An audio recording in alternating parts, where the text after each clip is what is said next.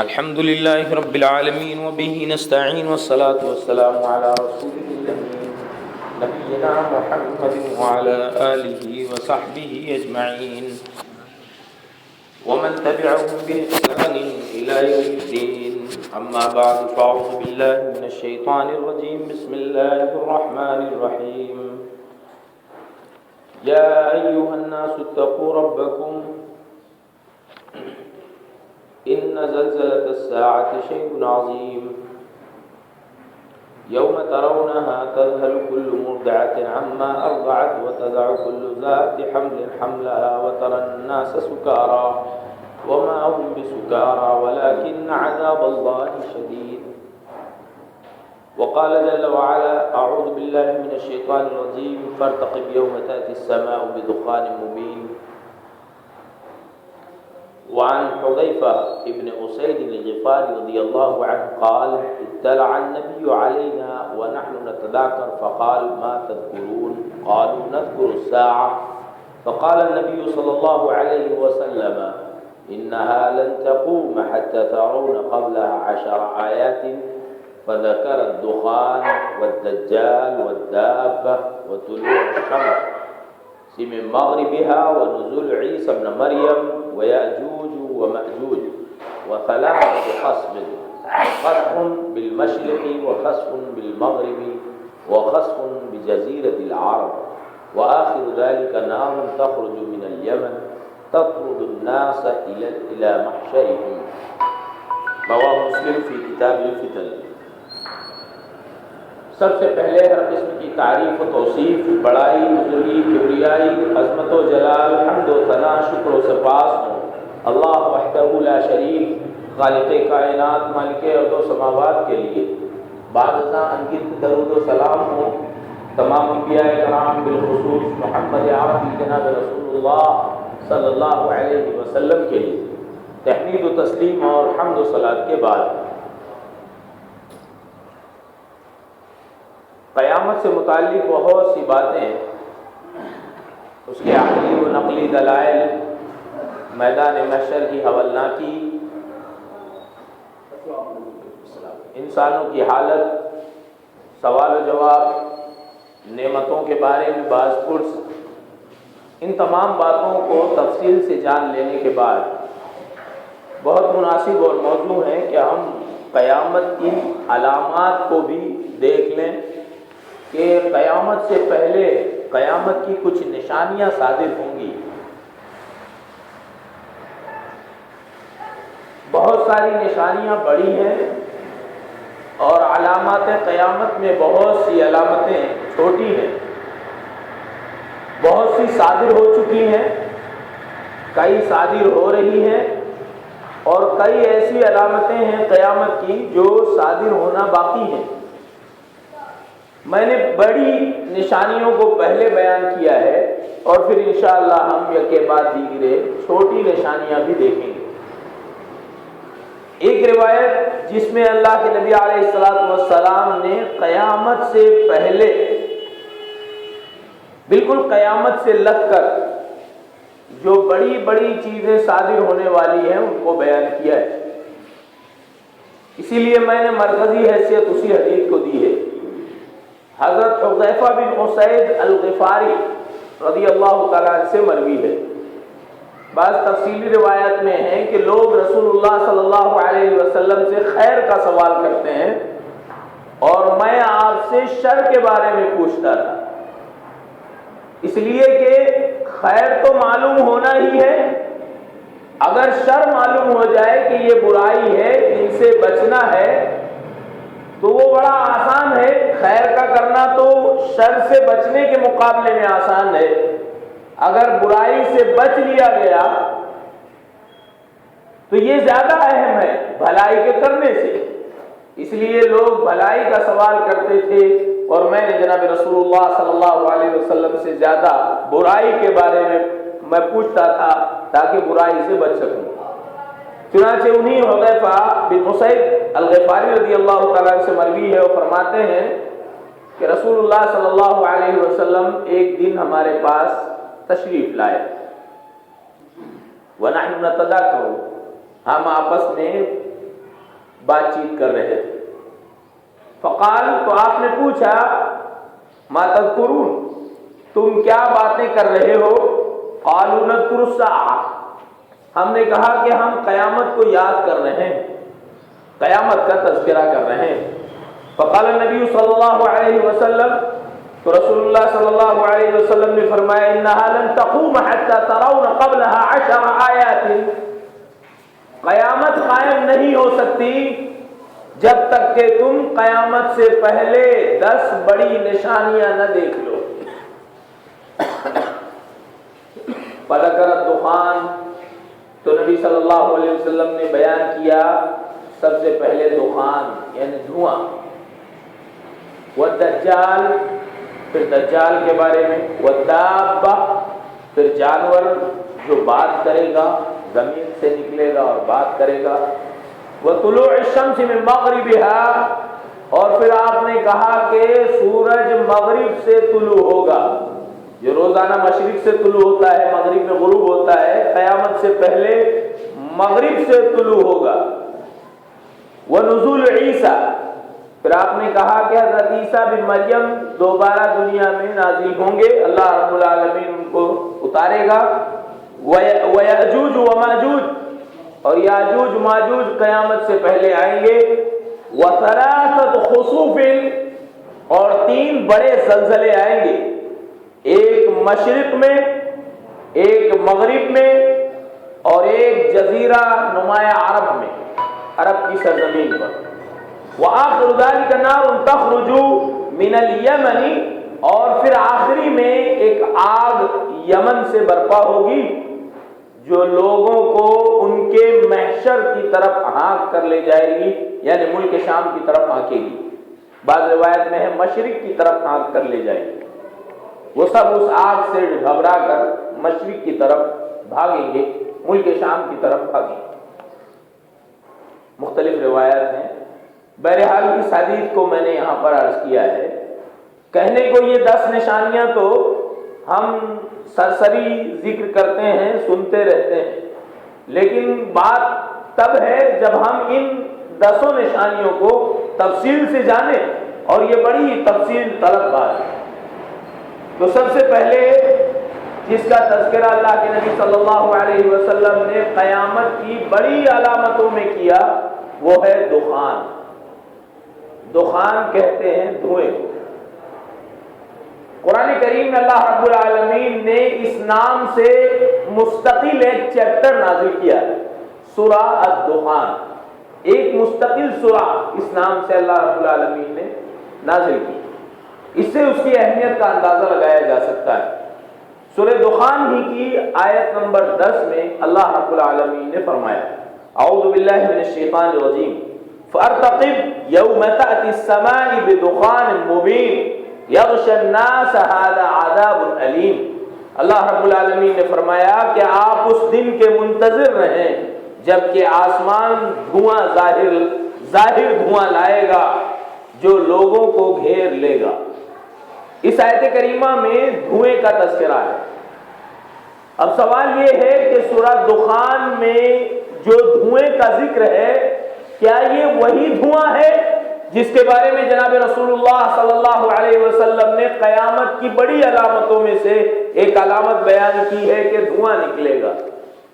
اس سلسلے میں خیر القرون یعنی صحابہ کرام رضوان اللہ علیہم اجمعین، تابعین اور تبع تابعین کے زمانے ہی سے اختلاف چلا آیا کہ آیا یہ دھواں وہ ہے جو قیامت کی نشانیوں میں سے ایک ہے، یا پھر یہ دھواں وہ ہے جو رسول اللہ صلی اللہ علیہ وسلم کے عہد مبارک میں کفار و مشرکین پر عذاب کی شکل میں مسلط کیا گیا تھا، اور بھوکمری اور قحط کی وجہ سے جب وہ آسمان کی طرف دیکھتے تھے تو آسمان میں دھواں نظر آتا تھا.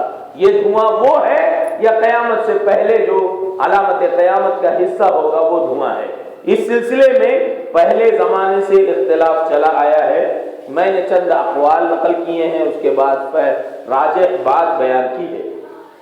عن عبداللہ بن مسعود رضی اللہ عنہما قال ان النبی صلی اللہ علیہ وسلم لما رأى من الناس ادبارا قال اللهم سبعا كسبع يوسف فأخذتهم سنة حصت كل شيء حتى أكلنا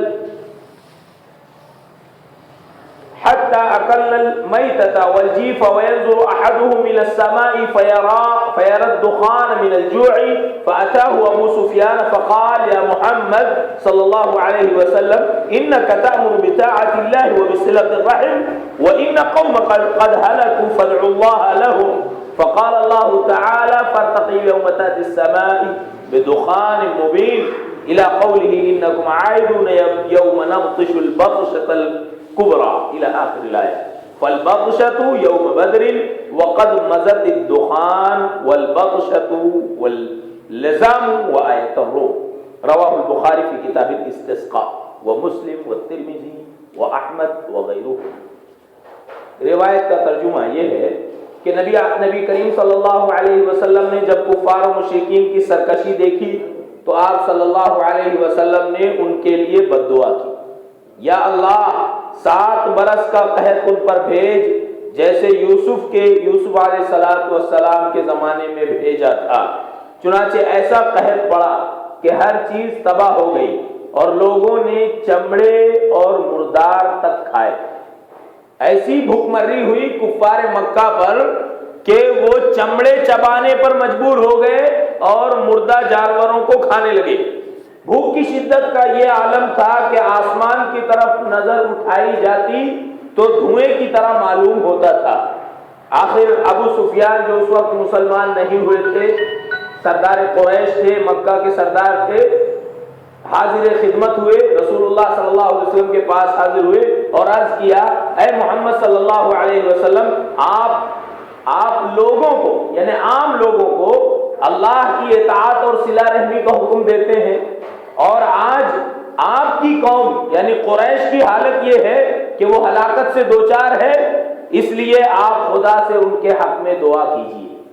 سردار قریش ابو سفیان نے جناب رسول اللہ صلی اللہ علیہ وسلم سے عذاب کے ٹل جانے کی دعا کی درخواست کی تو اللہ نے فرمایا فارتقب یوم تأتی السماء بدخان مبین، اس دن کا آپ انتظار کرو جب آسمان صاف دھواں ظاہر لائے گا، آسمان پر ظاہر دھواں آئے گا، نیز جب ہم سختی سے ان کی گرفت کریں گے. اللہ رب العالمین نے سورہ دخان کی آیت کریمہ نازل کی.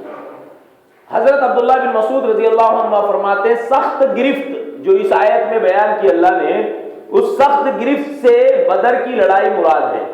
بدر کا جب میدان رونما ہوا، بدر کے میدان میں جب کفار و مشرکین اور محمد صلی اللہ علیہ وسلم اور صحابہ کرام کی لڑائی ہوئی تو اس موقع پر مسلمانوں کی طرف سے 313 اور 300 بعض روایت کی روشنی میں 17 اور 19 زیادہ سے زیادہ 319 مسلمان تھے، بوڑھے بچے سب شامل تھے اور کفار و مشرکین ہتھیار سے لیس تھے اور ان کی تعداد 1000 یا اس سے بھی کچھ زائد تھی.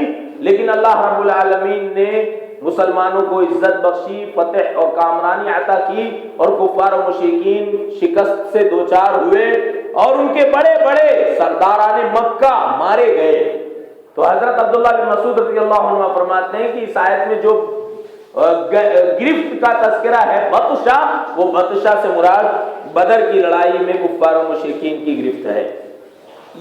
اس پوری حدیث میں دھوئیں کے تذکرے سے معلوم ہوا کہ کفار و مشرکین کو بھوک کی وجہ سے آسمان پر دیکھنے پر جو دھواں نظر آتا تھا، قرآن کریم کی آیت کریمہ میں دخان سے مراد وہی دھواں ہے اگر اس حدیث کو ہم سامنے رکھیں تو.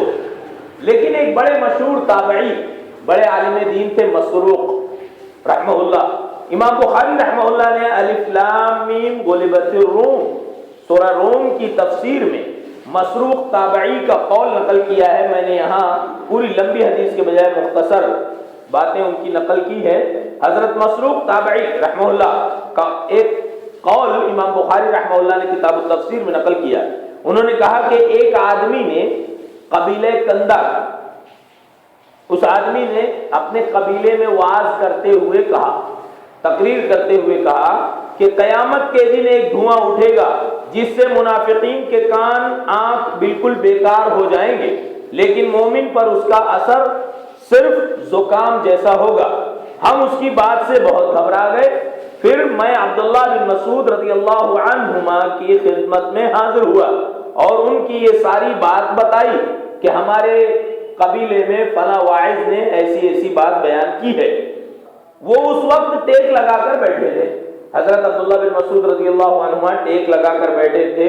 جب میں نے یہ بات کہی تو اسے سن کر غصے میں آ گئے اور سیدھے بیٹھ کر فرمانے لگے، اگر کسی کو کسی بات کا حتمی علم ہے تو اسے پھر بیان کرنا چاہیے، لیکن اگر علم نہیں ہے تو کہہ دینا چاہیے لا اعلم، میں نہیں جانتا ہوں، واللہ اعلم بالصواب، اللہ بخوبی جانتا ہے۔ حضرت عبداللہ بن مسعود غصے میں آ گئے اور انہوں نے کہا، کسی کو اگر کسی بات کا کانفیڈنس کے ساتھ علم ہے تو کھل کر کہنا چاہیے، اور اگر نہیں علم ہے تو یہ کہنا چاہیے کہ میں جانتا نہیں ہوں۔ اس میں شرم کی کیا بات ہے؟ یہ بھی ایک علم ہے، یہ بھی ایک علم ہے۔ لا علمی اور جہالت پر یہ کہنا کہ میں نہیں جانتا، یہ بھی ایک نالج کی بات ہے، یہ بھی ایک علم ہے۔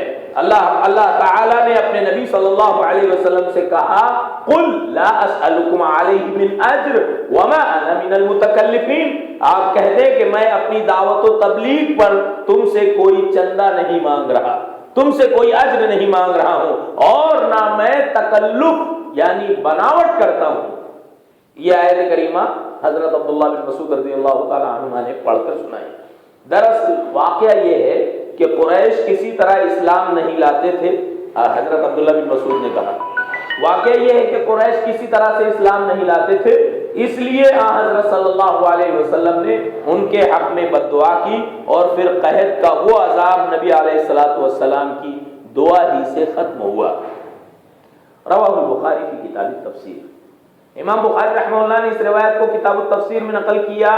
یہاں عبداللہ بن مسعود رضی اللہ عنہما کی بات سے یہ بات سمجھ میں آتی ہے کہ وہ جو دھوئیں کا تذکرہ انہوں نے قیامت کے حوالے سے سنا تو اس پر غضبناک ہو گئے اور کہا کہ قیامت سے اس کا کوئی تعلق نہیں ہے، یہ تو کفار و مشرکین پر اللہ کے نبی کی بد دعا کی وجہ سے عذاب آیا تھا، بعد میں نبی کی دعا سے ہی وہ عذاب ختم ہوا۔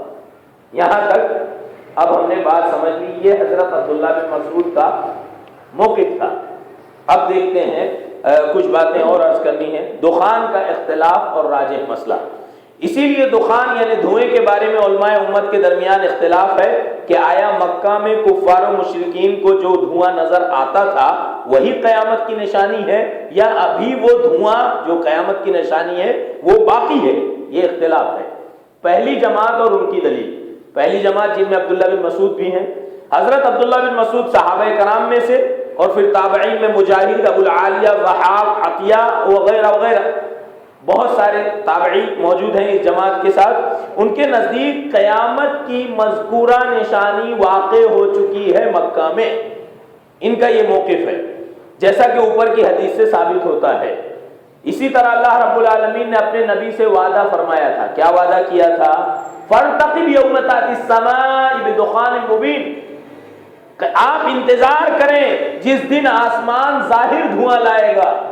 تو وہ کہتے ہیں، یہ جماعت صحابہ کرام اور تابعین کی جماعت کہتی ہے کہ چونکہ اس آیت کریمہ میں اللہ نے ایک وعدہ اپنے رسول سے کیا تھا تو اس وعدے کا رسول کی زندگی میں صادر ہونا ضروری تھا، لہذا دھوئیں سے مراد وہی دھواں ہے جو کفار و مشرکین کے زمانے میں ہوا۔ یہ تو ان کی دلیل۔ اب دوسری جماعت دیکھیے، دوسری جماعت اور ان کی دلیل کیا ہے؟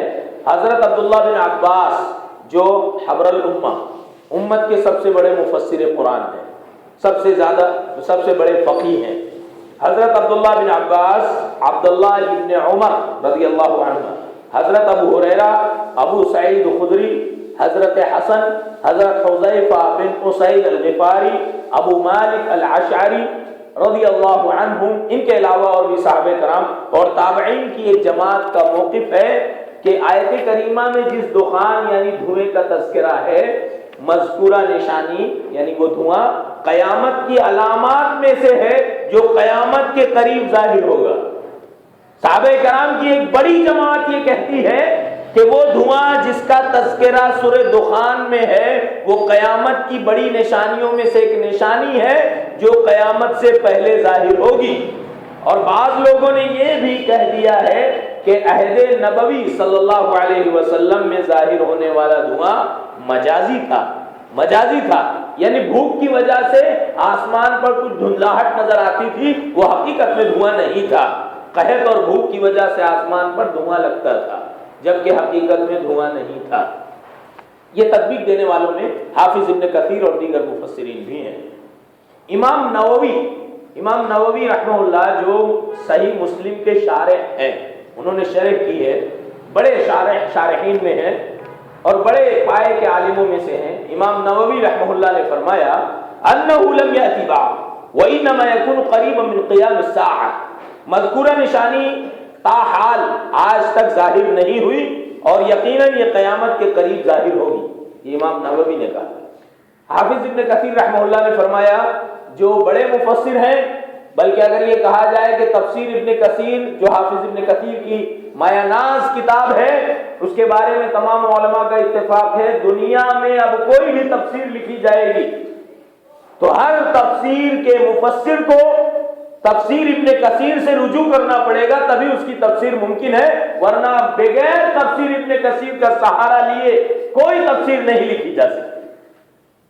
تو تفسیر ابن کثیر کے مؤلف حافظ ابن کثیر رحمہ اللہ فرماتے ہیں مما فيه مقنع ودلالة ظاهرة على أن الدخان من الآيات المنتظرة مع أنه ظاهر القرآن۔ انہوں نے کہا کہ اس سے یہ ثابت ہوا کہ دھواں قیامت کی ان نشانیوں میں شامل ہے جو تاحال قابل انتظار ہیں، اور یہی معنی قرآن کے ظاہر کے موافق ہے، یعنی وہ نشانی ابھی ظاہر نہیں ہوئی ہے، قیامت سے پہلے ظاہر ہوگی، دھواں قیامت سے پہلے ظاہر ہوگا، جو قیامت کی بڑی نشانیوں میں سے ایک نشانی ہے۔ بعض علماء نے ان کے درمیان تطبیق یوں دی ہے کہ یہ دو طرح کا دھواں ہے، دھواں دو طرح کا ہے، دو طرح کا دھواں ہے جن میں ایک نبی علیہ الصلوۃ والسلام کی زندگی میں ظاہر ہو چکا ہے اور دوسرا قیامت کے وقت رونما ہوگا۔ اور صحیح بات یہی ہے کہ حدیث میں جو مزید نشانی بتائی گئی ہے، جو شروع میں نے حدیث پڑھی، نبی صلی اللہ علیہ وسلم نے قیامت کی 10 بڑی بڑی نشانیاں بتائی ہیں۔ ظاہر ہے قیامت سے پہلے صادر ہونے والی نشانیاں، مثلا حضرت عیسیٰ علیہ السلام کا نازل ہونا، دجال کا خروج کرنا، یاجوج ماجوج کا نکل آنا، اسی طرح سے بولنے والے جانور کا زمین سے ظاہر ہونا، آگ کا نکلنا، سورج کا مغرب سے طلوع ہونا، یہ بڑی بڑی نشانیاں ہیں جو قیامت کے بالکل قریب صادر ہوں گی، اور انہی نشانیوں کے بیچ میں اللہ کے نبی صلی اللہ علیہ وسلم نے دھوئیں کا تذکرہ کیا ہے، تو اس کا یہ مطلب ہے کہ دھوئیں کا تعلق بھی قیامت کے قریب بڑی بڑی نشانیوں سے ہے۔ اس فہرست سے اور ان 10 نشانیوں میں دھوئیں کا تذکرہ ہونے سے یہ بات صاف ہو گئی ہے کہ ابھی وہ نشانی ظاہر نہیں ہوئی، قیامت سے پہلے ظاہر ہوگی۔ سیاق و سباق سے اسی بات کی تائید ہوتی ہے۔ بالخصوص 2 حدیثیں میں نے یہاں نقل کی ہیں، ان سے بھی یہ بات صاف ہو گئی کہ قیامت کی بڑی نشانیوں میں ایک نشانی ہے دھواں۔ میں یہاں پر یہ تفصیل اس لیے بیان کیا کہ دھوئیں کے بارے میں چلتے چلتے اگر آپ کسی سے تذکرہ کریں گے تو اختلاف سامنے آ جائے گا، جب اختلاف آئے گا تو بات اب سمجھ نہیں پائیں گے، اس لیے میں نے یہاں تفصیل نقل کی ہے کہ جو دھواں قیامت کی بڑی بڑی نشانیوں میں سے ایک نشانی ہے وہ ابھی ظاہر نہیں ہوا۔ کفار مشرکین پر جو عذاب کی شکل میں آیا تھا وہ دھواں وہ نہیں تھا جس کے بارے میں نبی صلی اللہ علیہ وسلم نے علامات قیامت بتائی ہے۔ حدیث ہے عن ابی ہریرہ رضی اللہ تعالی عنہ قال قال رسول اللہ صلی اللہ علیہ وسلم ثلاث اذا خرجنا لم ينفع نفسا ایمانها لم تكن آمنت من قبل او كسبت في ایمانها خیرا طلوع الشمس من مغربها والدخان ودابة الارض رواہ مسلم والترمذی واحمد وابن ابی شیبہ۔ بہت ساری حدیث کی کتاب میں محدثین نے اس حدیث کو نقل کیا۔ حضرت ابو ہریرہ رضی اللہ تعالیٰ عنہ سے مروی ہے کہ جناب رسول اللہ صلی اللہ علیہ وسلم نے فرمایا 3 علامتیں ایسی ہیں، 3 بڑی نشانیاں ایسی ہیں جب وہ ظاہر ہوں گی تو کوئی وہ شخص کو اس کا ایمان کام نہیں آئے گا، فائدہ نہیں دے گا جو اس نشانی کے ظاہر ہونے سے پہلے ایمان نہ لایا اور بھلائی نہ کی ہو۔ نشانی دیکھ لینے کے بعد اس کا ایمان لایا ہوا ایمان کام نہیں آئے گا۔ فور ایگزامپل، مثال کے طور پر کہ جناب رسول اللہ صلی اللہ علیہ وسلم نے فرمایا، ہم تفصیل دیکھیں گے کہ جب سورج روزانہ مشرق سے طلوع ہوتا ہے، وہ جس صبح میں مغرب سے طلوع ہونا اللہ کا حکم ہوگا تو اس رات، وہ رات بڑی لمبی رات ہوگی۔ جو پرہیزگار بندے ہیں، جو اللہ والے پہلے سے ہیں، جو ایمان والے پہلے سے ہوں گے، وہ رات میں فجر کے لیے اٹھنے کے عادی ہوں گے۔ وہ فجر کے وقت ان کی نیند پوری ہو چکی ہوگی تو پریشان ہوں گے کہ آخر کیا بات ہے، آج ٹائم ہی نہیں ہو رہا ہے۔ فجر کے لیے اٹھیں گے، بے چین رہیں گے، بے قرار رہیں گے۔ لیکن جو اٹھنے کے عادی نہیں ہوں گے وہ اور تسلی بخش نیند لے رہے ہوں گے، وہ اور خواب خرگوش میں مبتلا ہوں گے۔ ان کو کیا خبر کہ یہ سورج اب مشرق سے نہیں طلوع ہوگا، مغرب سے ہوگا، وہ آرام کر رہے ہوں گے۔ لیکن جو عبادت گزار لوگ ہیں، جو فجر کے پابند ہیں، وہ رات گناہ گزرنے کی وجہ سے عاجز آ کر پریشان ہو جائیں گے اور زیادہ سے زیادہ عبادت کریں گے، یہاں تک کہ جو لمبی نیند لیں گے ان کی بھی نیند پوری ہو چکی ہوگی، وہ بھی سو سو کر عاجز آ جائیں گے، پریشان ہو کر وہ بھی اٹھ جائیں گے۔ کیا بات ہے، صبح ہی نہیں ہو رہی ہے؟ پھر پوری قوم پریشان رہے گی۔ ایمان جو پہلے سے مومن تھا، وہ ایمان تو اس کے دل میں جاگزی ہوگا، اور جو مومن نہیں ہوگا وہ صرف پریشان ہوگا، ایمان اس کے دل میں نہیں آیا رہے گا۔ جب سورج مغرب کی طرف سے طلوع ہوگا تو پوری دنیا میں ایک پریشانی ظاہر ہو جائے گی۔ فوراً جو مومن نہیں تھے ایمان لے آئیں گے، اور جو دین سے دور تھے وہ دین کے قریب آئیں گے۔ اللہ کے نبی صلی اللہ علیہ وسلم نے کہا، ثلاث اذا خرجنا لم ينفع نفسا ایمانها لم تكن آمنت من قبل او کسبت فی ایمانها خیرا۔ تین نشانیاں ایسی ہیں جب وہ ظاہر ہو جائیں تو اس شخص کا ایمان اس کو کچھ بھی فائدہ نہیں دے گا جو پہلے سے مومن نہیں تھا، اس شخص کا ایمان اس کو کوئی کام نہیں آئے گا جو پہلے سے نیکی نہیں کرتا تھا۔ وہ تین نشانیاں کیا ہیں؟ طلوع الشمس من مغربها، سورج کا مغرب سے طلوع ہونا، والدخان، اور دھواں پھیلنا، ودابۃ الارض، اور اس روایت میں کہا آپ نے ودابۃ الارض، اور زمین سے جانور کا زندہ نکلنا۔ دریائے فرات کے آس پاس جانور بولتا ہوا، لوگوں سے بات کرتا ہوا جانور زمین سے نکلے۔ یہ تین بڑی نشانیاں ہیں۔ تو ان تین نشانیوں میں اللہ کے نبی صلی اللہ علیہ وسلم نے دخان کا بھی تذکرہ کیا، لہذا اس صحیح حدیث سے یہ بات اور واضح ہو گئی کہ کفار و مشرکین پر جو عذاب آیا تھا دھوئیں کا، وہ علامات قیامت نہیں ہے، بلکہ علامات قیامت جو دھواں ہے وہ ابھی باقی ہے۔ ایک دوسری حدیث عن ابی ہریرہ رضی اللہ تعالی عنہ قال قال رسول اللہ صلی اللہ علیہ وسلم بادروا بالاعمال ستا الدجال والدخان، رواہ مسلم فی کتاب الفتن واحمد وابن حبان والحاکم وغیرہما۔ بہت سارے محدثین نے اس روایت کو نقل کیا۔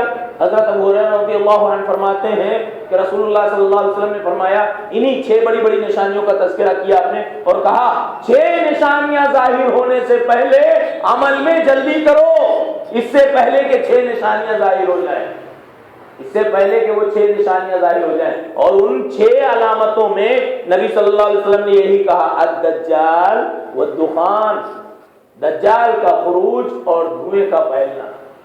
اس حدیث سے بھی یہ صاف ہو گیا کہ دھواں علامات قیامت میں سے ایک علامت ہے۔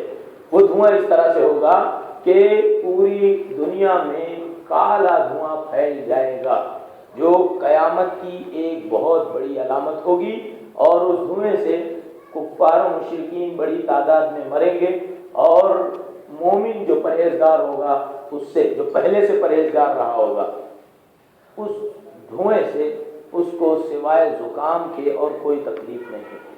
واللہ اعلم۔ یہ ایک بڑی نشانی۔ دوسری بڑی نشانی دجال، جس کا تفصیلی تذکرہ ہم سنتے رہتے ہیں یا سنتے رہتے تھے، اب لوگ بیان نہیں کرتے یا اس کی ضرورت محسوس نہیں کرتے۔ دجال روئے زمین کا وہ بڑا فتنہ ہے کہ نبی صلی اللہ علیہ وسلم نے فرمایا، ما بعث نبی الا نظر امتہ، کوئی نبی نہیں آیا، کوئی نبی آدم علیہ السلام سے لے کر جناب رسول اللہ صلی اللہ علیہ وسلم تک 1 لاکھ سے زائد انبیاء و رسل اس دنیا میں آئے. نبی صلی اللہ علیہ وسلم نے کہا کوئی نبی دنیا میں نہیں آیا مگر اس نے اپنی امت کو دجال کے فتنے سے ڈرایا. اور میں بھی تمہیں تاکید کرتا ہوں کہ روئے زمین کا سب سے بڑا فتنہ جس میں اچھے ایمان والے بہ جائیں گے وہ مسیح دجال کا فتنہ ہے. اتنا بڑا فتنہ ہے کہ ہر عالم، ہر دین کے داعی، ہر قوم کے ملت کے رہنما کے لیے ضروری ہے کہ وہ انبیاء علیہ السلام کے نقش قدم پر چلتے ہوئے امت کو مسیح دجال کے فتنے سے ڈرائے. قیامت کی بڑی نشانیوں میں دجال کا خروج ہے. اور دجال کے بارے میں صحابہ کرام کتنے زیادہ فکر مند تھے، ان آج کی تفصیلی بات میں آپ سمجھ جائیں گے. سب سے پہلی چیز ہے قرب قیامت کی اہم نشانیوں میں دجال سب سے خطرناک فتنہ ہوگا. عن عمران بن حسین رضی اللہ عنہ قال سمعت رسول اللہ صلی اللہ علیہ وسلم يقول ما بین خلق آدم الى قیام الساعة خلق اکبر من الدجال. کہ نبی صلی اللہ علیہ وسلم نے کہا، جسے امام مسلم نے کتاب الفتن میں، امام احمد بن حنبل نے اور بھی محدثین نے نقل کیا، ما بین خلق آدم الى قیام الساعة خلق اکبر من الدجال. آدم علیہ السلام کی پیدائش سے قیامت تک دجال سے بڑا کوئی فتنہ نہیں ہے. یہ اللہ کے پیغمبر صلی اللہ علیہ وسلم صادق المصدوق محمد عربی جناب رسول اللہ صلی اللہ علیہ وسلم نے کہا. تو اس کی عظمت کا اور اس کے بڑے ہونے کا اندازہ لگایا جا سکتا ہے. سب سے عظیم فتنہ ہوگا. مسیح دجال کو مسیح کیوں کہا جاتا ہے؟ بھائی عیسیٰ علیہ السلام کو بھی مسیح کہتے ہیں، پھر عیسیٰ کو بھی مسیح اور دجال کو بھی مسیح کیوں؟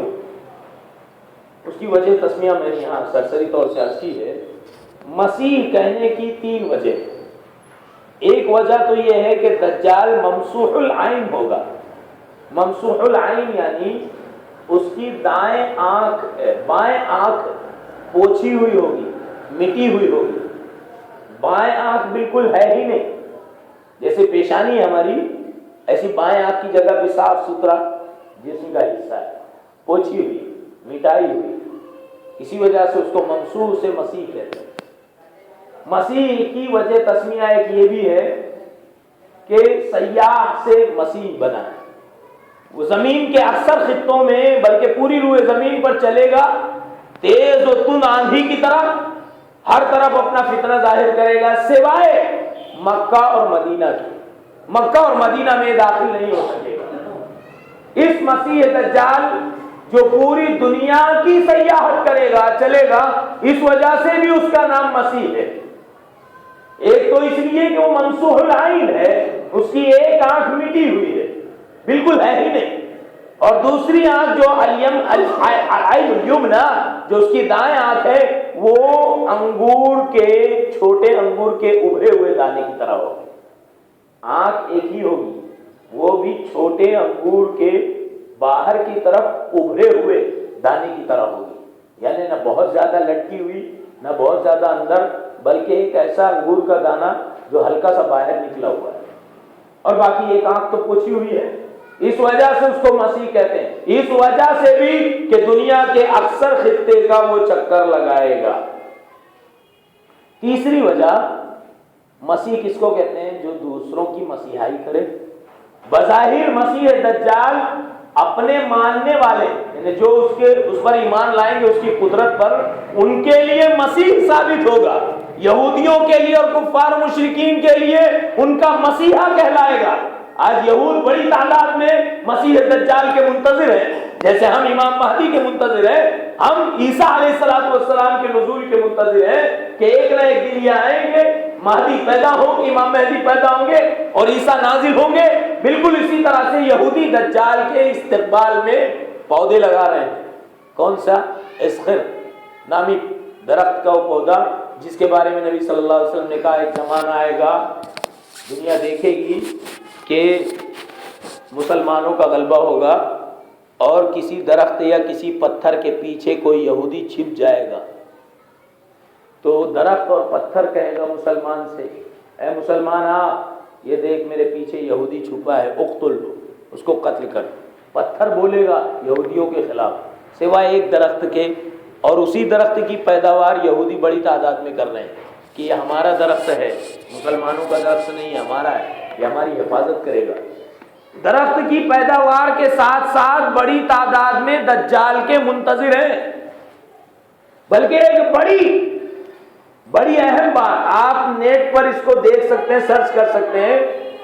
فرانس کے ایک عالم دین نے، جن کا کام یہ ہے کہ شیاطین جن انسانوں کو پریشان کرتے ہیں، ان کے جسم میں سرایت کر جاتے ہیں، سوار ہو جاتے ہیں، ان کے جسم سے شیاطین کو نکالتے ہیں، اس عالم دین نے کئی لوگوں سے شیطان کو حاضر کیا، شیطان کو سزائیں دی۔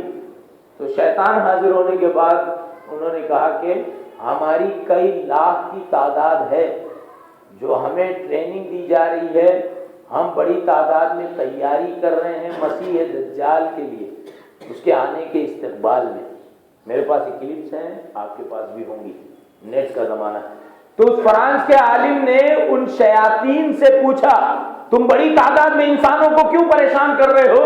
تو ان شیاطین نے کہا کہ ہمیں یہ ذمہ داری ہمارے یہودی راہبروں کی طرف سے ملی ہے، انسانوں میں تو بہت کم ہے، ہمارے لوگوں میں کئی لاکھ ایسے شیاطین کی تعداد ہے جو مسیح دجال کے منتظر ہے کہ وہ کب ظاہر ہوں گے۔ تو معلوم یہ ہوا کہ وہ ان کا مسیحا ہوگا، اس وجہ سے بھی دجال کا نام مسیح دجال ہے۔ ایک تو ممسوح العین ہونے کی وجہ سے، ایک تو زمین کا چکر لگانے کی وجہ سے، اور ایک یہودیوں کا مسیحا ثابت ہونے کی وجہ سے دجال کو مسیح دجال کہتے ہیں۔ عیسیٰ علیہ السلام کو مسیح کیوں کہتے ہیں؟ اس لیے کہ اللہ رب العالمین نے حضرت عیسیٰ علیہ السلام کو جو معجزہ عطا کیا تھا، ان کے زمانے کے اعتبار سے ان معجزات میں ایک معجزہ یہ بھی تھا کہ اگر آپ کسی مادرزاد ماں کے پیٹ سے جو اندھا پیدا ہوا ہے اس کے آنکھ پر ہاتھ پھیر دیں تو وہ دیکھنے لگتا تھا، اگر مردے کو کسی وجہ سے زندہ کرنا چاہیں اس کے جسم پر ہاتھ پھیریں تو اٹھ بیٹھتا تھا، بات کرتا تھا۔ تو اس طرح سے حضرت عیسیٰ علیہ السلام کو اللہ نے یہ معجزہ عطا کیا تھا، اور مسح کہتے ہیں ہاتھ پھیرنے کو، اسی وجہ سے حضرت عیسیٰ کو بھی مسیح کہتے ہیں، یسوع مسیح، عیسیٰ مسیح۔ تو کہنے کی بات یہ ہے کہ مسیح دجال کی وجہ تسمیہ یہ ہے، اس وجہ سے دجال کو مسیح کہتے ہیں۔ دجال کو دجال کیوں کہتے ہیں؟ دجال دجل سے، اور دجل کہتے ہیں خلط ملط کرنے کو، مکس کر دینے کو۔ دجال جب آئے گا تو حق اور باطل میں ایسی آمیزش کر دے گا کہ ایک عام انسان کے لیے یہ اندازہ لگانا مشکل ہو جائے گا کہ یہ ناحق ہے کہ حق ہے۔ ارے جو ہاتھ اوپر کرے اور آسمان کو حکم دے تو پانی برسا اور موسلا دھار بارش ہونے لگے، جو بنجر زمین کو کہے تو اناج اگا، وہ زمین اناج اگانے لگے، کسی انسان کو دو حصوں میں کاٹ کر اس کے باڈی کے دو ٹکڑوں کے بیچ میں فخر سے چلے اور اپنی مرضی سے انہیں جوڑ کر کہے اٹھ جا، اور وہ اٹھ کر کلام کرنے لگے، ایسی مخلوق اور ایسی ذات سے اتنے میں پڑھنا عام سی بات ہوگی۔ اس وجہ سے حق اور باطل کو خلط ملط کر دینے کی وجہ سے اس کا نام دجال ہے، مسیح دجال۔ دجال کی چند صفات، ابھی انشاءاللہ ساری باتیں آپ کو میں بتاؤں گا کہ دجال کے بارے میں صحابہ کرام کے زمانے میں کیا کیا اختلافات تھے۔ دجال کی ایک صفت یہ ہے کہ وہ کانا ہوگا، اور دنیا میں جو 30 جھوٹے لوگ پیدا ہوں گے، اللہ کے نبی صلی اللہ علیہ وسلم نے فرمایا میری امت میں 30 جھوٹے مدعیان نبوت پیدا ہوں گے جو نبوت کا دعویٰ کر دیں گے جھوٹ کی وجہ سے۔ ان سارے کذاب اور جھوٹوں کا سردار دجال ہوگا۔ روایت اس طرح سے ہے، دجال اور اس کے فتنے کی کئی نشانیاں بتائی گئی ہیں، مثلا وہ کانا اور 30 کذابوں کا سردار ہوگا۔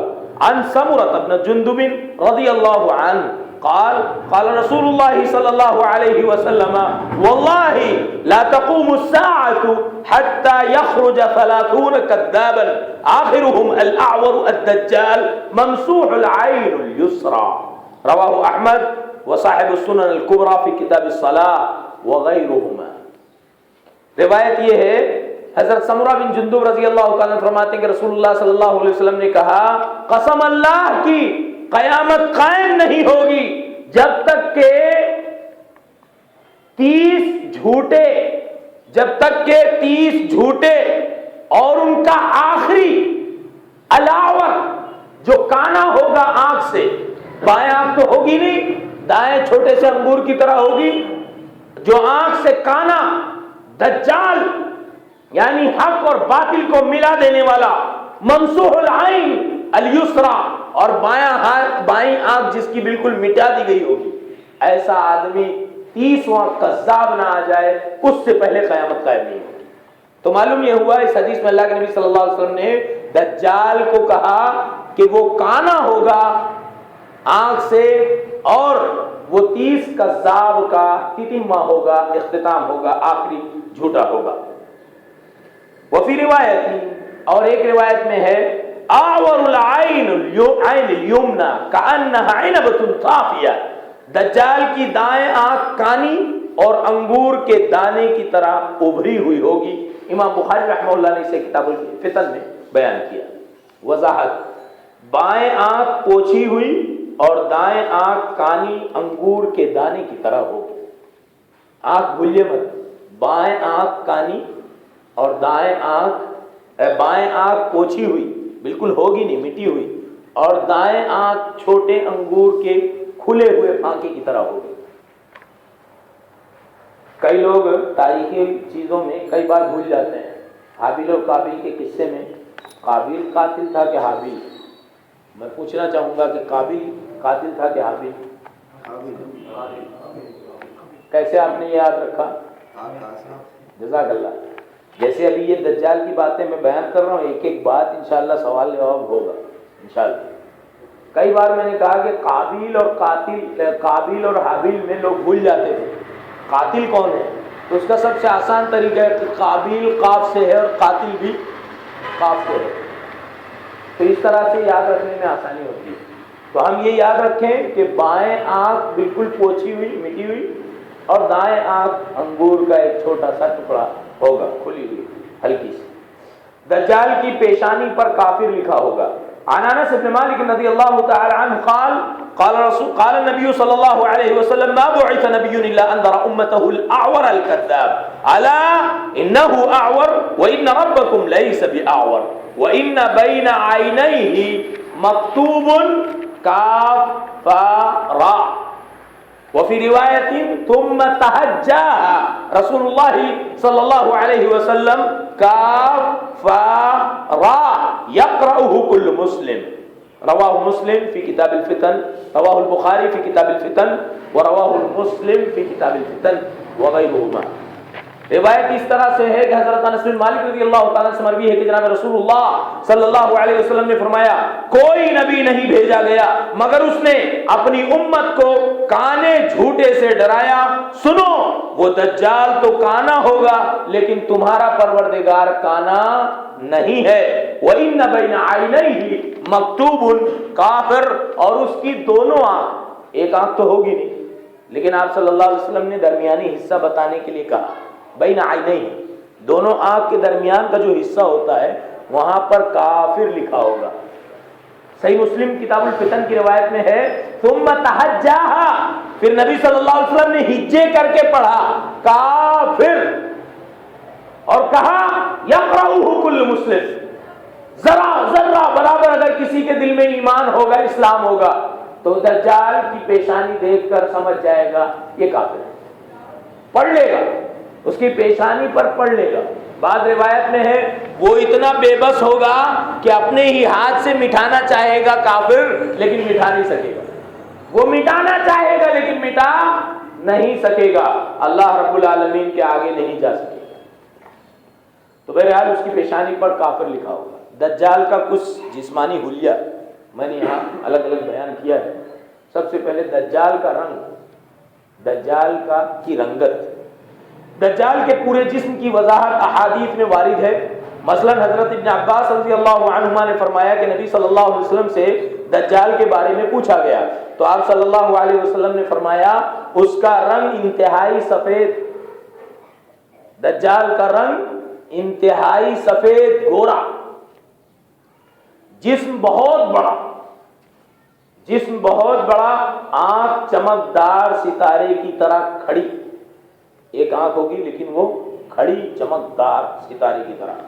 سر کے بال درخت کی ہری شاخوں کی مانند ہوں گے، سر کے بال درخت کی ہری شاخوں کے مانند ہوں گے.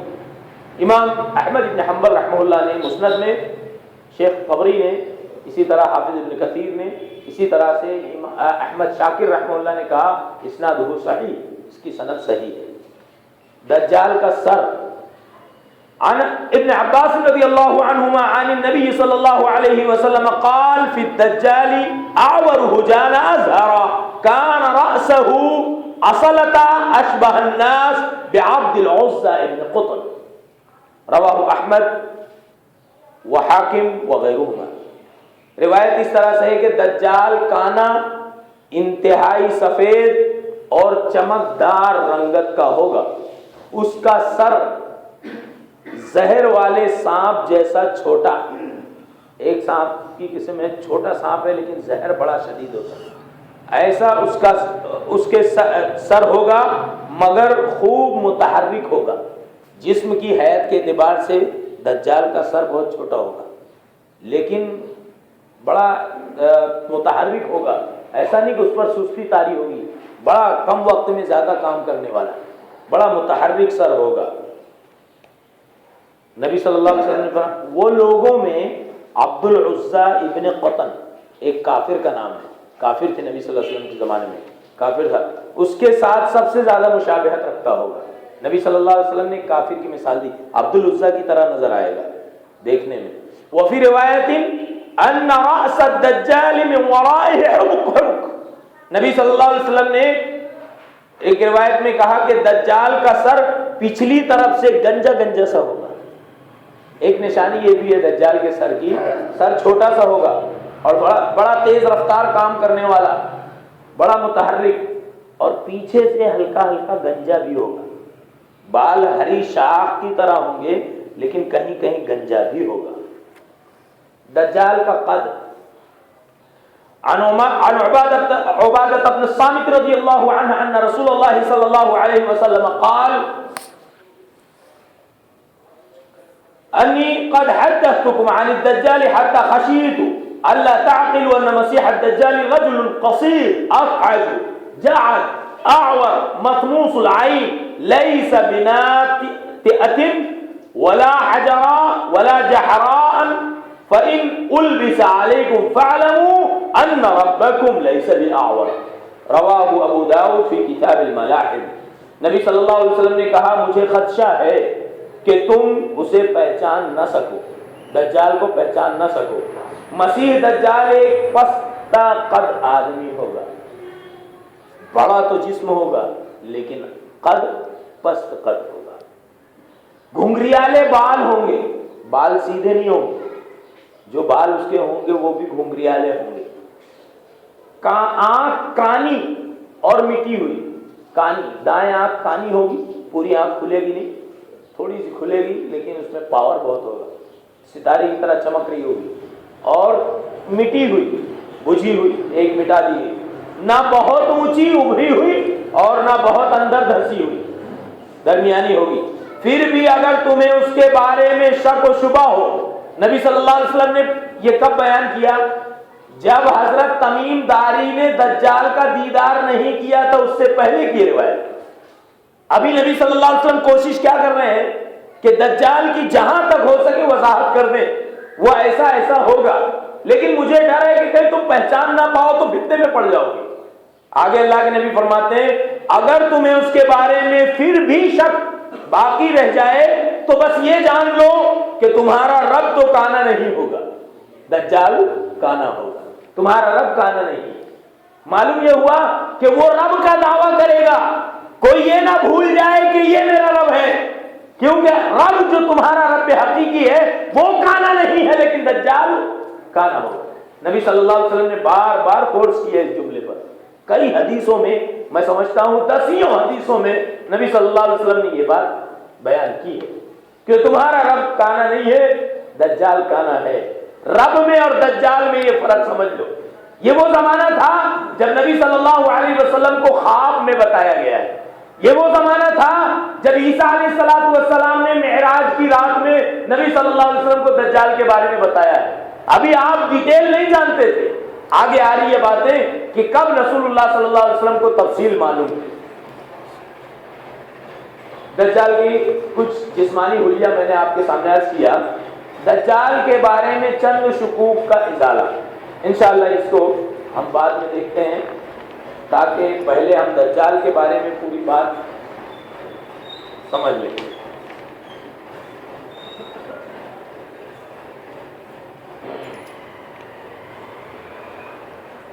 کیا ابن سیاد ہی دجال ہے؟ یہ ایک بڑا سوال ہے، اس کو تھوڑی دیر کے لیے روکتے ہیں، آگے بڑھتے ہیں۔ کیا دجال زندہ ہے؟ سوال یہ ہے، کیا دجال ابھی ہے یا دجال پیدا ہوگا؟ بہت سارے مسلمان، بڑے افسوس کی بات ہے کہ دجال کی تاریخ نہیں جانتے کہ دجال ہے کہ پیدا ہوگا۔ دجال کے بارے میں، کیا دجال ابھی زندہ ہے؟ میں نے ایک حدیث صرف عرض کی ہے، تفصیلی ہے۔ دجال کے متعلق فاطمہ بنت قیس رضی اللہ عنہا کی تفصیلی روایت جو تمیم داری رضی اللہ عنہ کے ذکر پر مشتمل ہے، اس حدیث کے اہم نکات یہ ہیں۔ حدیث کیا ہے؟ فاطمہ بنت قیس رضی اللہ عنہا فرماتی ہیں کہ جناب رسول اللہ صلی اللہ علیہ وسلم مسجد میں تشریف لائے، آپ نے کہا احضروا المنبر، ممبر کے آس پاس جمع ہو جاؤ۔ ہم سب جمع ہوئے، آپ صلی اللہ علیہ وسلم ممبر پر تشریف لے گئے۔ حمد و ثنا کے بعد آپ نے کہا کہ میں تمہیں دجال کے بارے میں جو باتیں پہلے بتاتا تھا، مجھے خوشی ہے کہ دیکھو یہ تمیم داری ہیں جو عیسائی تھے، یہ اسلام قبول کیے ہیں، اور ابھی مجھے ساری بات بتائے ہیں کہ انہوں نے اپنی آنکھ سے تمیم داری نے رضی اللہ تعالیٰ انہوں نے اپنی آنکھ سے دجال کو دیکھا ہے۔ اور پھر تمیم داری نے کیسے دیکھا، کیا دیکھا، وہ ساری باتیں جناب رسول اللہ صلی اللہ علیہ وسلم نے صحابہ کرام کو بتائی۔ واقعہ یوں ہے کہ تمیم داری اپنے 30 ساتھیوں کے ساتھ، جو سب کے سب عیسائی تھے، ان 30 ساتھیوں کے ساتھ ایک سمندری سفر پر نکلے۔ 1 مہینے تک ان کا جہاز سمندر کی موجوں کی لپیٹ میں رہا، ان کو راستہ نہیں ملتا تھا، سمندر کی چپیٹ میں ان کا جہاز پھنسا رہا۔ 1 مہینے کے بعد ایک چھوٹے سے جزیرے کے پاس جہاز رکا۔ حضرت تمیم داری رضی اللہ تعالیٰ جو اس وقت عیسائی تھے اور عربی النسل تھے، بڑے بہادر تھے، تمیم داری اپنے چند ساتھیوں کے ساتھ ایک چھوٹے سی کشتی میں اس جزیرے پر چلے گئے۔ جزیرے میں جانے کے بعد تھوڑی دور چلے جاتے ہوئے انہوں نے دیکھا کہ ایک 4 پیروں پر، بلکہ بعض روایت میں ہے، شیخ ابو داؤد رحمہ اللہ نے کتاب الفتن میں نقل کیا ہے، کتاب الملاحم میں بھی، کہ وہ جانور اتنے بال سے ڈھکا ہوا تھا کہ اس کی پشت اور اس کا اگلا حصہ سمجھ میں نہیں آتا تھا، بس آنکھیں چمکیلی جھانک رہی تھی، اس سے سمجھ میں آتا تھا کہ یہاں پر آنکھ ہے۔ وہ بھیانک 4 پیروں والا وہ جاندار بالوں سے ڈھکا ہوا تھا۔ اس نے ان عیسائیوں کو دیکھا، نوجوانوں کو دیکھا جن میں تمیم داری بھی تھے، اس وقت مسلمان نہیں تھے، ان سے اس نے کہا انا الجساسہ، میں جساسہ ہوں، جاسوس ہوں۔ تو ان لوگوں نے، انسانوں نے کہا تو کون، ہم تجھے پہچانتے نہیں۔ تو اس نے کہا میں جاسوس ہوں، تم اس محل کی طرف چلو، محل والا تمہیں بلا رہا ہے۔ یہ لوگ مارے تجسس کے، اس کے پیچھے پیچھے محل کی طرف گئے۔ دیکھا ایک محل میں ایک مخلوق ہے جس کے ہاتھ، جو بڑا توانا ہے، بڑا موٹا، بڑا جسم والا، جس کے ہاتھ گردن کے پیچھے اور پیر گھٹنے سے لپیٹ کر پیچھے کی طرف لوہے کی مضبوط زنجیروں سے باندھے ہوئے ہیں. اور بعض روایت میں یہ بھی ہے کہ نہ وہ چھت سے لٹکا ہے، نہ زمین پر ہے، اور نہ کسی دیوار سے ہے، بیچ میں معلق ہے. تمیم داری رضی اللہ تعالیٰ عنہ، جو روایت میں نے نقل کی اس میں یہ الفاظ نہیں ہے، تمیم داری رضی اللہ تعالیٰ عنہ انہوں نے کہا، جو اس وقت مسلمان نہیں تھے، انہوں نے کہا کہ اے کمبخت تو کون ہے؟ تو اس نے گرجدار آواز میں کہا، اس نے گرجدار آواز میں کچھ سوالات کیے. پہلا سوال اس کا تھا، مجھے بیسان، ملک شام کا پرانا نام ہے، ملک شام کے ایک خطے کا نام ہے، مجھے بیسان کے نخلستان یعنی ملک شام کے کھجوروں کے باغات کی خبر دو. کیا وہاں پھل آتے ہیں؟ وہاں پر پھل آئے ہیں درختوں میں؟ سوال کیا اور بعد میں اسی نے بتایا بھی، ان قریب وہاں پھل آنے لگیں گے، اگر پھل نہیں آئے تو. پھر اس نے دوسرا سوال کیا، بحیرہ طبریہ کے بارے میں بتاؤ، سمندر کے بارے میں، کیا اس میں پانی رواں دواں ہے، جاری ہے؟ پھر اس نے خبر بھی دیا، اگر وہاں پانی نہیں ہے تو عنقریب وہاں پانی بہنے لگے گا. تیسرا سوال کیا، زغر، ملک شام کا ایک خطہ ہے، زغر یعنی ملک شام کے چشمے کے بارے میں خبر دو، کیا اس میں پانی ہے؟ پھر اس نے بتایا بھی، سنو عنقریب وہ سوکھ جائے گا، خشک ہو جائے گا. چوتھا سوال اس نے کیا، مجھے عرب کے نبی کی خبر دو، کیا تم نے اس سے لڑائی کی اور لڑائی کا کیا نتیجہ رہا؟ اگر یہ سچ ہے جیسا کہ تم بتا رہے ہو، تمیم داری نے سب بتایا کہ ایک نبی ظاہر ہوئے ہیں، ان سے کفار و مشرکین کی لڑائیاں بھی ہوئی ہیں، ان کو فتح ملی ہے.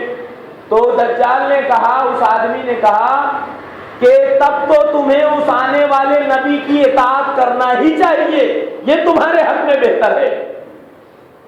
اپنے بارے میں خبر دی اس نے کہ میں مسیح دجال ہوں، عنقریب مجھے خروج کی اجازت دی جائے گی، میں 40 دنوں میں پوری زمین فتح کر لوں گا، البتہ مکہ مدینہ میں داخلہ مجھ پر حرام کر دیا گیا ہے، اگر میں ان کا رخ کروں گا تو تلوار لہراتے فرشتے مجھے روک دیں گے جو وہاں پہرے دار ہوں گے.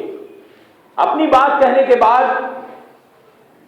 تمیم داری سے اس نے ساری بات کہہ دی. تمیم داری رضی اللہ تعالیٰ عنہ نے نبی صلی اللہ علیہ وسلم کے پاس آنے کے بعد فوراً ایمان قبول کیا اور کہا کہ تمہاری تصدیق تو دجال نہیں کرتا ہے. اور نبی تو وہ نبی کہ دجال بھی جن کی نبوت کی تصدیق کرے. غلام احمد قادیانی اور فلاں ابن فلاں یہ کیسے نبی ہیں کہ انسان ہی ان کی تصدیق نہیں کر رہے. ہمارے پیغمبر تو وہ نبی ہیں کہ دجال نے بھی آپ کی نبوت کی تصدیق کر دی ہے.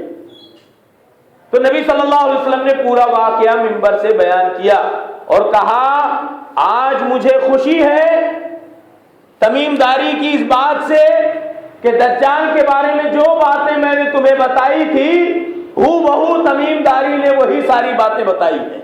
وہ مکہ مدینے میں داخل نہیں ہو سکے گا.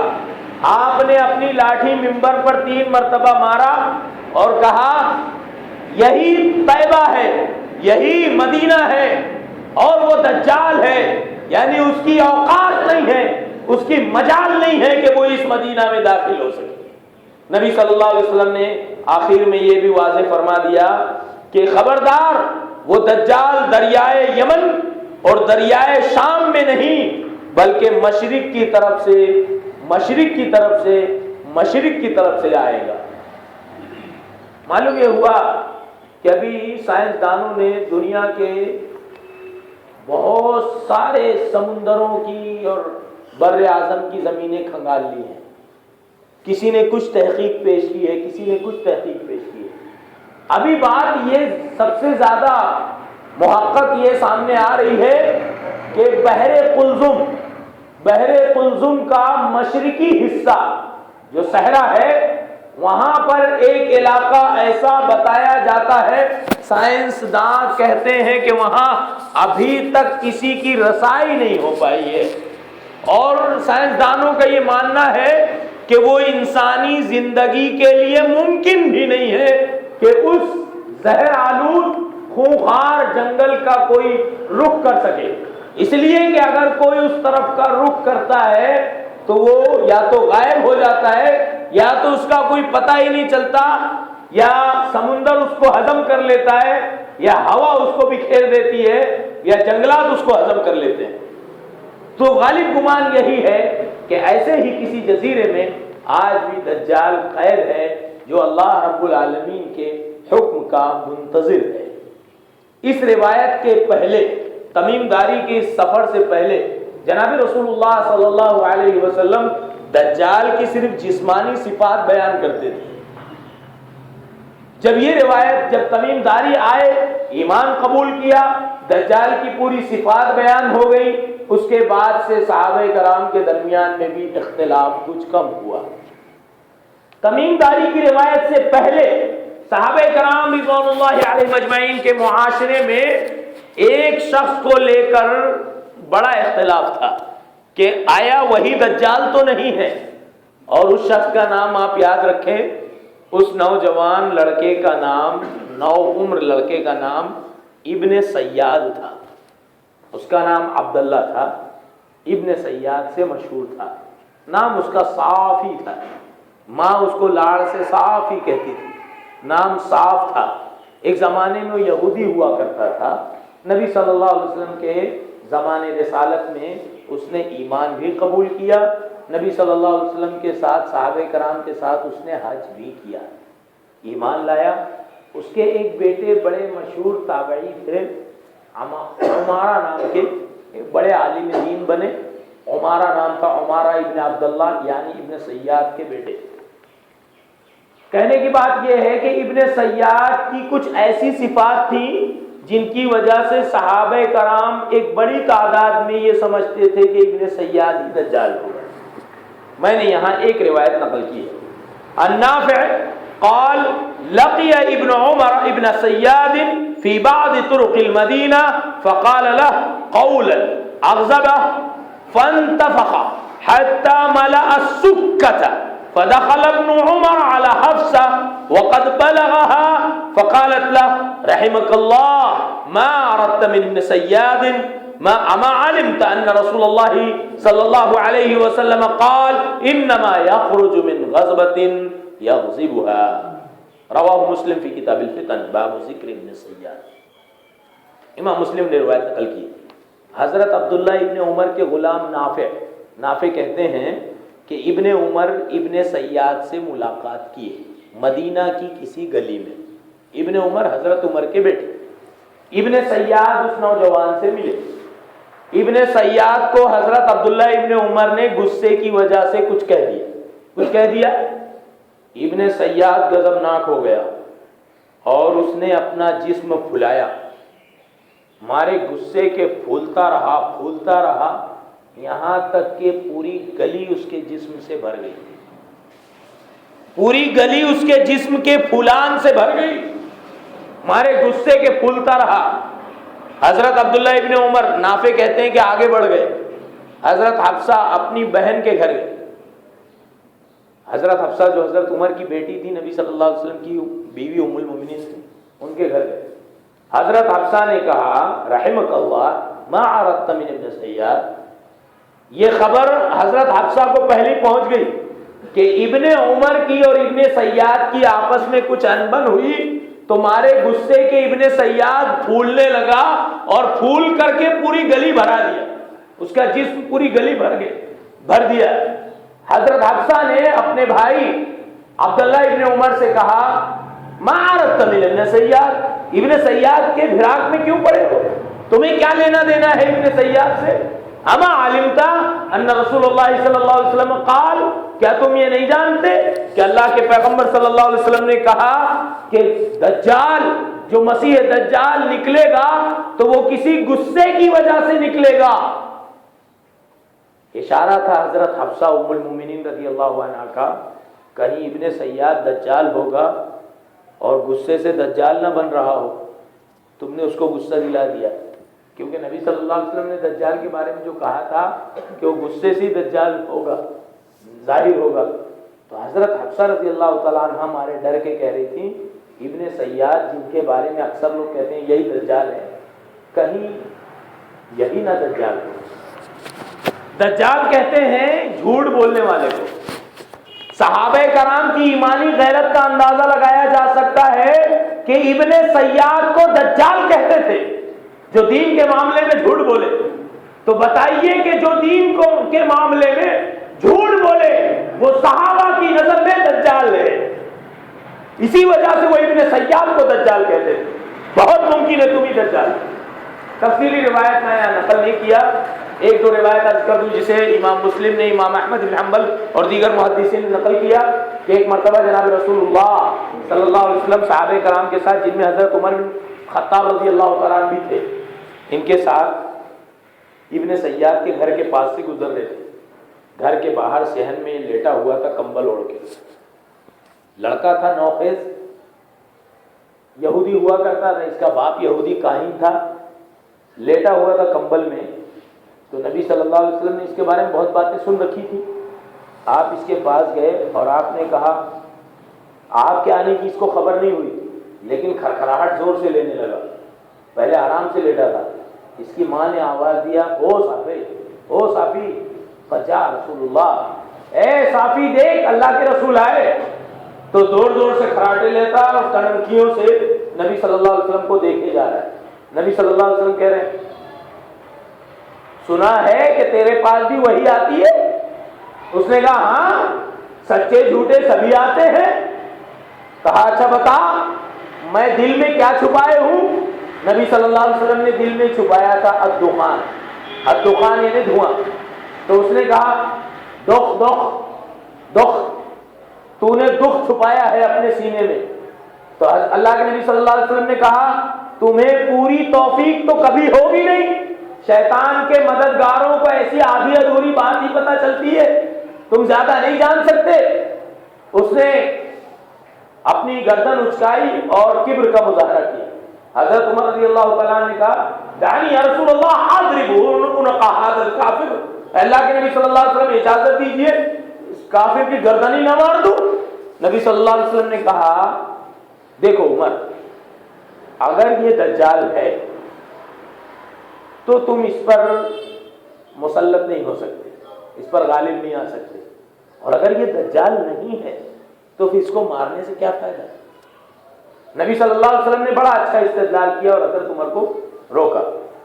یہی ابن سیاد ہے، بعد میں جب حرہ کے مقام پر جو مدینہ کے قریب ہے لڑائی ہوئی، حرہ کے میدان میں صحابہ کرام کا اتفاق تھا، ایک مسلمانوں کی ایک بڑی جماعت کا، کہ وہ میدان میں کہاں غائب ہوا کہ پتہ ہی نہیں چلا، مقتولین میں بھی نہیں تھا اور قتل کرنے والوں میں بھی نہیں تھا۔ اس میدان میں لڑائی کے لیے نکلتے ہوئے سارے مدینہ والوں نے اس کو دیکھا کہ میدان میں ہے، لیکن پھر کہاں غائب ہوا؟ پھر اس دن کے بعد سے ابن سیاد نظر نہیں آیا، حرہ کے اس میدان میں ابن سیاد غائب ہو گیا۔ معلوم یہ ہوا کہ یہ صحابہ کرام جب دنیا میں تھے تبھی ابن سیاد اللہ کے حکم سے، یا یوں کہیے کہ تقدیر کے کرنے سے غائب ہو گیا، پھر اس کے بعد اس کا کوئی پتہ نہیں چلا۔ اس کی آنکھیں بڑی عجیب غریب تھیں۔ ایک مرتبہ حضرت ابو سعید خدری رضی اللہ تعالیٰ عنہ کے ساتھ سفر حج کیا۔ حضرت ابو سعید خدری رضی اللہ تعالیٰ عنہ کے پاس، درخت کے پاس، صحابہ کرام مختلف صحرا میں آرام کر رہے تھے، کوئی کسی درخت کے نیچے آرام کر رہا تھا، یہ اپنا سامان اٹھایا اور حضرت ابو سعید خدری جس درخت کے نیچے تھے وہیں آ کر کے اپنا سامان ان کے سامان کے پاس رکھ دیا۔ حضرت ابو سعید خدری کہتے ہیں کہ میں دل ہی دل میں ڈر رہا تھا، صحابہ کرام اتنی دور دور ہیں اور میں اور ابن سیاد اکیلے اکیلے ہیں، کہیں اچانک دجال نہ بن جائے، پھر میں کیا کروں گا؟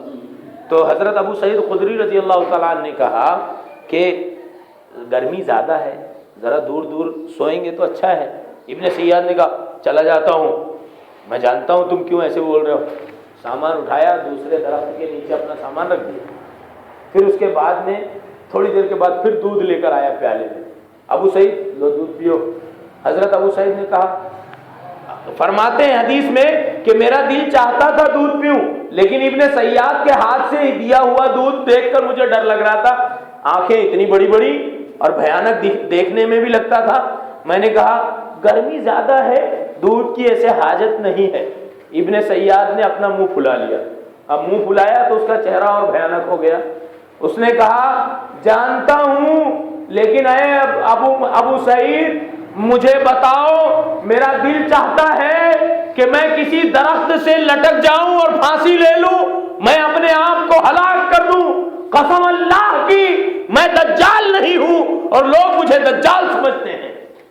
بتاؤ ابو سعید کہ دجال مکہ مدینہ میں آ سکے گا؟ نہیں آ سکے گا. میں تو حج بھی کر رہا ہوں, لیکن لوگ پھر بھی میرے ساتھ اٹھنے بیٹھنے سے, میرے ساتھ کھانے پینے سے کتراتے ہیں. مجھے سمجھ میں نہیں آتا میں اپنے آپ کو کیسے ہلاک کر دوں. حضرت ابو سعید خدری فرماتے ہیں کچھ دیر کے لیے مجھے ابن سیاد پر بڑا ترس آیا, لیکن جب اس نے آنکھیں پلٹی تو پھر میری وہی کیفیت ہوگی جو پہلے تھی. تو وہ ابن سیاد تھا. صحابہ کرام کی ایک بڑی جماعت سمجھتی تھی کہ یہی دجال ہے. بہرحال حرہ کے میدان میں جب وہ غائب ہوا تو پھر اس کا کوئی پتہ نہیں چلا. صحیح بات یہ ہے کہ وہ دجال نہیں ہے.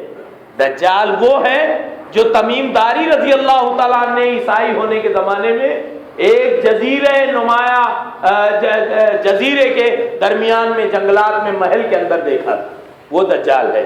اور دجال ابھی پیدا نہیں ہوگا, بلکہ دجال پہلے سے اللہ رب العالمین نے پیدا کیا ہے. کچھ بے وقوفوں پر حیرت ہے, افسوس ہے, اتنی واضح اور صحیح حدیثیں ہونے کے باوجود کتابیں لکھتے ہیں. آپ نے بھی کتابیں پڑھی ہوگی, نہیں پڑھی ہے تو آپ پڑھیے. دجال پر کئی کتابیں لوگوں نے لکھی. کچھ لوگ کہتے ہیں کہ دجال حقیقت میں امریکہ ہے. کیوں؟ اسے وہ بھی ایک آنکھ سے کانا ہے, اسے مسلمانوں کی مظلومیت نظر نہیں آتی اور اسرائیل کے مظالم نظر نہیں آتے اور مسلمانوں کی چیخ و پکار نظر آتی ہے. امریکہ دجال ہے. یہ رائٹر سب مسلمان ہیں. سمجھ میں نہیں آتا, یہ روایات خرافات میں کھو گئی, یہ امت خرافات میں کھو گئی, ساری حقیقت روایات میں کھو گئی اور ساری حقیقت نظر انداز کر کے کوئی امریکہ کو دجال کہہ رہا ہے, کوئی اسرائیل کو دجال سے تشبیہ دے رہا ہے. دجال ایک مخلوق ہے جو قیامت سے پہلے پیدا نہیں ہوگا, ہے صرف ظاہر ہوگا, اس کو اجازت ملنے کی ضرورت ہے. تو بہرحال پورا سفر تمیم داری رضی اللہ تعالیٰ عنہ کا اور جناب رسول اللہ صلی اللہ علیہ وسلم کی ان کی تعریف کرنا اور منبر پر چڑھ کر وہ ساری باتیں بیان کرنا یہ معمولی نہیں ہے. دجال ایک مخلوق ہے جو قرب قیامت ظاہر ہوگا. نہ ابن سیاد دجال ہے اور نہ ہی دجال کسی تشبیہ کا نام ہے. وقت کافی ہو رہا ہے, میں ایک دو باتیں کر کے اپنی بات سمیٹ لوں گا. دجال مشرق کی طرف خراسان سے نکلے گا. عن ابی بکر الصدیق رضی اللہ عنہ قال حدثنا رسول اللہ صلی اللہ علیہ وسلم قال الدجال يخرج من ارض بالمشرق يقال لها خراسان يتبعه اقوام كأن وجوههم المجان المطرقة. اللہ کے رسول صلی اللہ علیہ وسلم نے ہمیں حدیث بیان فرمائی کہ دجال مشرق کی طرف سے ایسی زمین سے نمودار ہوگا جسے خراسان کہا جاتا ہے. اس کی پیروی کرنے والی کچھ ایسی قومیں ہوں گی جن کے چہرے موٹی ڈھالوں کی طرح چپٹے ہوں گے. موٹی ڈھالوں کی طرح یعنی چہرے چپٹے ہوں گے. یہودیوں کی ایک بڑی تعداد, چپٹے یہودیوں کی جن کے چہرے دبے ہوئے ہوں گے, چپٹے یہودیوں کی ایک بڑی تعداد دجال کے ساتھ ہوگی جو اس کے ہمنوا ہوں گے, اس کے کارندے ہوں گے. دجال سے بچنے کے لیے لوگ پہاڑوں پر پناہ لیں گے. عن ام شریک رضی اللہ عنہا انها سمعت النبي صلی اللہ علیہ وسلم يقول لا يفرن الناس من الدجال في الجبال. قالت ام شریک یا رسول اللہ فأين العرب يومئذ قال هم قليل. لوگ دجال سے بچنے کے لیے پہاڑوں میں چھپ جائیں گے. ام شریک کہنے لگی یا رسول اللہ صلی اللہ علیہ وسلم اس دن اہل عرب کہاں ہوں گے؟ آپ نے فرمایا کہ وہ اس دن بہت کم ہوں گے. رواہ مسلم کی کتاب الفتن. دجال کے کچھ اختیارات اور بے بسی میں چاہوں گا کہ آج آپ سن کر جائیں تاکہ کم از کم دجال کی کچھ باتیں پوری ہو جائیں. مومن بندوں کی آزمائش کے لیے اللہ نے دجال کو ایسے چند اختیارات دیے ہوں گے جو عام انسانی اختیارات سے باہر ہیں. ان میں سے چند یہ ہیں: دجال کی جنت اور جہنم. عن حذیفہ رضی اللہ عنہ قال انی سمعت رسول اللہ صلی اللہ علیہ وسلم یقول ان مع الدجال اذا خرج ماء ونار فاما الذي يرى الناس انها النار فماء بارد واما الذي يرى الناس انه ماء بارد فنار تحرق فمن ادرك منكم فليقع في الذي يرى انها نار فانه عذب بارد رواه البخاری في کتاب الفتن. روایت یوں ہے، حضرت حذیفہ فرماتے ہیں کہ میں نے رسول اللہ صلی اللہ علیہ وسلم کو کہتے ہوئے سنا کہ دجال کے ساتھ جب وہ نکلے گا تو پانی ہوگا اور آگ ہوگی. فَأَمَّا الَّذِي يَرَى النَّاسُ أَنَّهَا النَّارُ، لوگ جسے پانی سمجھ رہے، لوگ جسے آگ سمجھ رہے ہوں گے، فَمَاءٌ بَارِدٌ، وہ ٹھنڈا پانی ہوگا. وَأَمَّا الَّذِي يَرَى النَّاسُ، اور جسے لوگ ٹھنڈا پانی سمجھ رہے ہوں گے، نارن، وہ آگ ہوگی، تحرق، جو جلا کر راکھ کرے گی. فَمَنْ أَدْرَكَ مِنْكُمْ فَلْيَقَعْ فِي الَّذِي يَرَى أَنَّهَا نَارٌ فَإِنَّهُ عَذْبٌ بَارِدٌ. تم میں سے جس کا سامنا دجال سے ہو وہ سمجھ لے کہ وہ آگ جو دجال کی آگ ہے وہ صحیح معنوں میں ٹھنڈا پانی ہے. نبی صلی اللہ علیہ وسلم نے واضح کر دیا. ایک روایت میں ہے، مسلم کی مسند احمد کی ایک روایت میں ہے، معه نهر ونار من وقع في ناره وجب اجره وحتى وزره ومن وقع في نهره وجب وزره وحتى اجره. نبی صلی اللہ علیہ وسلم نے کہا اس کے ساتھ نہر اور آگ ہوگی، جو اس کی آگ میں گیا وہ گویا اس کا اجر واجب ہو گیا اور اس کا گناہ مٹا دیا گیا، اور جو اس کی نہر میں داخل ہوا اس کا گناہ واجب ہو گیا اور اس کا اجر مٹا دیا گیا. ایک آگ ہوگی، آگ کا لاؤ، اور ایک ٹھنڈے پانی کی نہر ہوگی، لوگوں کو کاٹے گا. مومن کو تو قتل نہیں کر پائے گا، کاٹنے کے بعد جوڑے گا اور کہے گا امید ہے کہ تم نے اب ایمان مجھ پر رکھ لیا ہوگا. تو مومن اٹھ کر کہے گا پہلے تو کچھ شک تھا، اب میں یقین کے ساتھ کہتا ہوں کہ تو وہی مسیح دجال ہے جس کے بارے میں ہمارے پیغمبر صلی اللہ علیہ وسلم سے ہم نے سنا تھا، ہم نے حدیث پڑھی تھی، تو وہی کانا دجال ہے. جب وہ اپنی یہ گستاخی دیکھے گا تو پیر اور پیشانی پکڑ کر کھینچے گا اور زور سے رکا کر کے آگ میں ڈالے گا. نبی صلی اللہ علیہ وسلم نے کہا جو اس کی آگ میں گیا، ہائے بشارت اور خوشخبری کہ وہ اللہ کی جنت میں داخل ہوگا. مومن اور مسلم کو، جو سچا مسلمان ہوگا، وہ قتل کر ہی نہیں پائے گا. جیسے قتل کرنے کے لیے جائے گا اس کی گدی اور ہڈی سب تانبے کی ہو جائے گی، پریشان ہو جائے گا، عاجز آئے گا، غصے کی حالت میں کھینچ کر آگ میں پھینک دے گا، اور جیسی آگ میں پھینکے گا تو وہ جنت میں داخل ہو جائے گا. اور جو اس کی ظاہری قدرت کو دیکھ کر ایمان لے آئے گا وہ اسے ٹھنڈے پانی میں ڈالے گا، اپنی جنت میں ڈالے گا، اور جو اس کی جنت میں گیا سو وہ اللہ کے یہاں جہنم میں جلے گا. انشاءاللہ بہت ساری باتیں دجال کے بارے میں، قیامت کی آخری نشانیوں کے بارے میں وضاحت کے ساتھ، تاکہ یہاں سن لینے کے بعد آپ کو کسی مسئلے کے بارے میں کوئی ڈاؤٹ اور شک باقی نہ رہ جائے، اس چیز کی کا لحاظ رکھتے ہوئے انشاءاللہ قیامت کی ساری علامتوں کو یک بعد دیگرے بیان کیا جاتا رہے گا. آج جو باتیں ہو سکی ہیں رب العالمین صحیح معنوں میں انہیں سمجھنے اور ان کے مطابق سنجیدہ ہونے کی توفیق عطا فرمائے. حضرت عائشہ رضی اللہ تعالیٰ عنہ فرماتی ہیں کان رسول اللہ صلی اللہ علیہ وسلم یستعیذ من فی صلاتہ من فتنة المسیح الدجال. نبی صلی اللہ علیہ وسلم نماز میں مسیح دجال کے فتنے سے پناہ مانگا کرتے تھے. جیسا کہ ہم التحیات کے بعد دعا پڑھتے ہیں اللہم انی اعوذ بک من فتنة المحیا وفتنة الممات ومن فتنة المسیح الدجال. تو ہمیں بارہا ہر نماز میں یہ دعا ضرور پڑھنی چاہیے. عام دعاؤں میں بھی مسیح دجال کے فتنے سے پناہ مانگنی چاہیے. اللہ ہمیں اور ہماری پوری نسل کو رب العالمین مسیح دجال کے فتنے سے محفوظ فرمائے. رب العالمین ہم یہاں جس نیک ارادے سے حاضر ہوتے ہیں الہ العالمین تو اسے شرف قبولیت عطا فرما. ہم دنیا کی منزلت منقبت نہیں چاہتے، رب العالمین ہم یہ چاہتے ہیں کہ تو ہماری آخرت کو کامیاب کر دے. دنیا کے ساتھ ساتھ ہم آخرت کی فلاح کے طلبگار ہیں. رب العالمین دنیا اور آخرت کی کامیابی، فلاح و بہبودی عطا فرما. آمین تقبل یا رب العالمین. وآخر دعوانا الحمدللہ. انشاءاللہ یہ سلسلہ آگے جاری رہے گا، اور میں عرض کروں گا کہ آپ خود بھی شریک ہوں، اپنے دوست احباب کو بھی شرکت کی دعوت دیں، تاکہ یہ پیغام قیامت سے پہلے کی جو علاماتیں ہیں تفصیل کے ساتھ بہت سے لوگوں کو معلوم ہو رہے. سبحانک اللہم وبحمدک اشہد ان لا الہ الا انت استغفرک.